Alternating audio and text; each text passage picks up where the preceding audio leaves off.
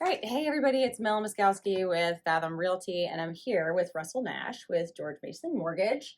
And he's going to demystify mortgages a little bit for us. Okay. So I've got a couple of questions for you. Let's start the discussion off with talking about rates. I hear they just went down a little bit. Yes, the misnomer that a lot of people have is when the Fed increases the Fed funding rate, like they did yesterday, a quarter Mm-hmm. percent. A lot of people think that rates are going to go up, but that's it. They do go up on the federal funding rate, which is banks borrowing from the federal government that they have to pay interest on. It does trickle into our market, but it's already in our rates. The good news is interest rates now are FHA loans are probably mid fives and conventional loans are around 6%. That's really good. Yeah, so compare to what they were a couple months ago, maybe a month or two Mm-hmm. ago, they were November, they were probably December. hitting around 7%. Yeah. So what does that mean with when you go to apply for a loan?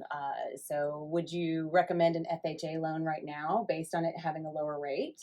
Great question. Great question. So it all depends on people's credit. So, with an FHA loan, it is easier to qualify. It is a government backed loan. So, if for lower credit scores, for individuals with that, is typically an FHA loan was probably be a better route to go because they qualify and qualify Mm-hmm. for more. Okay, they allow for a higher debt to income, meaning what their monthly debts are compared to their monthly income. Mm-hmm. FHA allows for more. If you can qualify for a conventional loan, that's the route we recommend Okay. because when you pay mortgage insurance or if you're not putting 20% down and private mortgage insurance you pay is insurance that protects the investor from a loan going into default, Mm-hmm. that comes off. So when you have enough equity in the loan or in your home, excuse me, compared to the mortgage, then the mortgage insurance will come off on a conventional loan. FHA, unfortunately, the government says it stays on for 30 years, and it does go down each year, but it still stays on for 30 years. So that's why the FHA is a good program to have to qualify, but the conventional is better if you can. Yeah. So what's the difference in the type of down payment someone would need between an FHA loan and a conventional loan? Okay, yeah. So an FHA loan, the minimum down is 3.5%. So you can put as little as 3.5% Mm-hmm. down. On a conventional loan, though, if you're a first time home buyer, you can put as little as 3%. Okay. But if you're not a first time home buyer, which is a first time home buyer definition is someone who has not owned a home in the last 36 months. Okay. So as long as they haven't owned it in 3 years, they can qualify for a first time home buyer.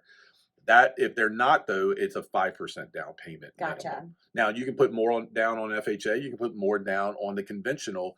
20% down though of down payment allows someone not to pay mortgage insurance on a Mm-hmm. conventional loan though. Okay.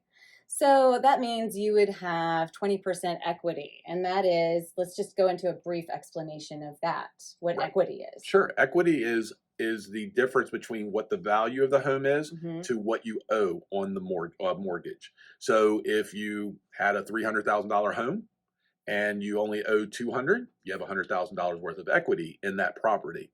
Now, you will equate it to percentage wise, and that's where the investors equate that into do you need mortgage insurance or not mortgage insurance?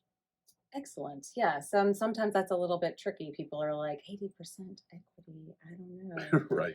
Um, yeah. So what are some of the processes that you go into? So like say someone is self-employed Hmm. or maybe their credit score isn't the highest or possibly even they have a lack of credit history. Right. What are some of the things that you would recommend? I always tell people to start with a lender, and that way you can find out what your budget is. But sometimes it takes time to even get to the place where you can be approved for a loan. Yeah, I mean that's a great question because self-employment is one of the not I won't say most difficult, but it Hmm. is to qualify. You have to have a 2-year history Okay, of being 2 years, self-employed, people, save your records. filed tax returns. So you have to have filed your tax returns for 2 years File tax returns. in order to to be able to count their self-employed income. Okay. And then we average that. We take an average of those 2 years when we qualify Hmm. individuals. So if the first year was really low, the second year was really good. well, they're going to take that Gotcha. into consideration. And then what ends up happening here is that with somebody with credit scores that might be below minimums for Hmm. FHA or conventional, we do have options to be able to help figure out ways to get their scores up, things to do to increase that credit score. And sometimes it can be done quickly, like in a month Hmm. or a couple weeks, or it can be up to 6 months to a year. It depends on what's showing on Hmm. their report. But we will take that time, assist them. And if it's going to take 6 months to a year, sometimes we recommend credit repair companies. We Hmm. have one here locally, and that we recommend regularly that does a great job and has helped many clients of mine. Yeah, absolutely. So that's again, when I talk to buyer clients, I'm like, have you spoken to a lender? Here's some great ones. I always include Russell. Thank you. But that's kind of the long and short of it, folks. So hopefully that answered some of your questions about mortgages because I know they can be a little bit intimidating to get into. So I'm always available to answer questions for you. Hit me up. Thanks, Russell. No, thank you. Thanks so much for watching. I hope you enjoyed this content. Like and subscribe for more. Leave your questions in the comments below, or you can schedule a consultation with me and I can help you answer any real estate questions you have.